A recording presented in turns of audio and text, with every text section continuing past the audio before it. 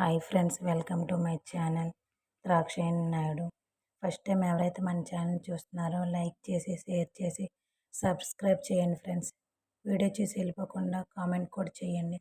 ఎంతో వైరల్ అయిన టమాటా చిక్కుడుకాయ రెసిపీ ట్రై చేద్దామా.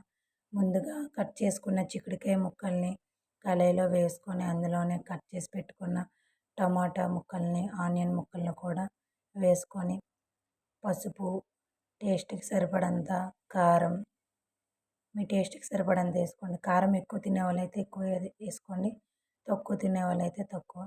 దాంట్లోనే సాల్ట్ కూడా ఎక్కువైతే ఎక్కువ, మీకు రుచికి సరిపడంత వేసుకోండి. మా సైడ్ అయితే వీటిని గోరు చిక్కుడుకాయలు అని పిలుస్తారు. మీ వైపు ఏమని పిలుస్తారో కామెంట్ చేయండి. అలాగే చిక్కుడుకాయల్లోనే ఆయిల్ కూడా వేసుకొని కర్రీకి సరిపడంత ఆయిల్ వేసుకోవాలి. ఆయిల్ కూడా వేసుకున్న తర్వాత బాగా మిక్స్ చేసుకోవాలి. అన్నిటికీ ఆ మసాలా అవి పడడానికి, సాల్ట్, పసుపు అవి పడడానికి స్టవ్ ఆన్ చేసుకొని కళాయి పెట్టుకోవాలి.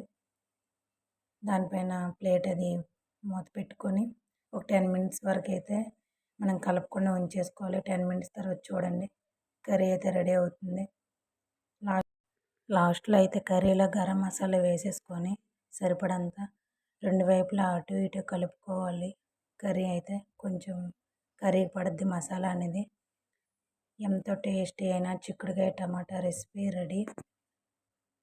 వీడియోని అయితే చూసి వెళ్ళిపోకుండా ఫాలో చేయండి ఫ్రెండ్స్. బాయ్.